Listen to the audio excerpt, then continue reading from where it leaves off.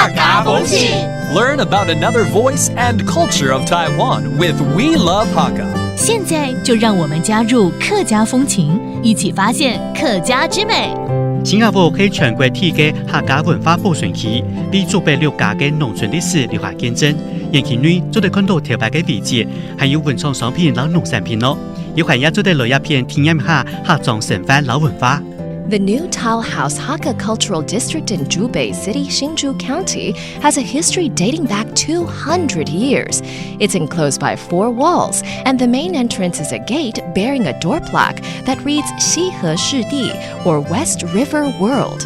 At its center lies the Zhongxiao Hall, which commemorates the ancestors of the Lin family. It became Taiwan's first Hakka culture preservation area in 2006.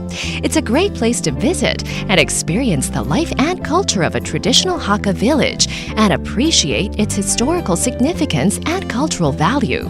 Yo, what's up? It's time to talk about Hakka here on ICRT.Hello， 大家好，我是宾哥 Leo。Hello， 你好，大家好，我是 Joseph Lin。Leo 啊，我们今天不是要介绍这个新瓦屋吗？对啊，这不是在北部，为什么你讲的什么六堆吗？不是啦，不是吧？六堆是在屏东，在南部。我讲的是新竹的六家，是六家，一个六家，一个六堆，我搞混了哈。是。好啦，我跟你讲，六家它以前的旧地名叫做六张犁。哎呦，好，就是以前的地理划分的一个单位啦哈，就是5甲地是1犁，所以呢，它有30甲地，所以是6张犁。哇！但因为6张犁这个名字很多地方都有啊，所以就改成六家。原来新瓦屋也就是在这个地区就对了啊，对，叫做新瓦屋客家文化保存区。其实这个聚落在这里已经有200多年嘞。哦，而且现在整个竹北地区完全面貌不太一样了，对不对？对，而且很贵。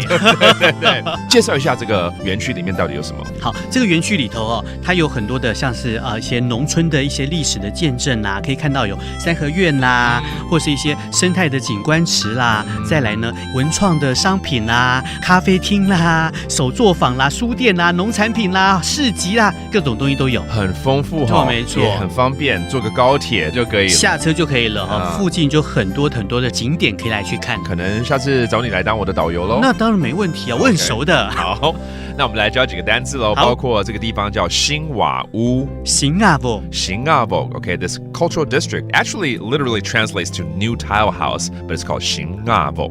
Okay, and then you can take the high-speed rail here, 高铁。And there you go. Now you know how to get here conveniently. And that does it for today's Talk About Hakka on ICRT. 什么泰嘎？俺只say 张来了。客家风情由客家委员会监制。We Love Hakka has been brought to you by the Hakka Affairs Council.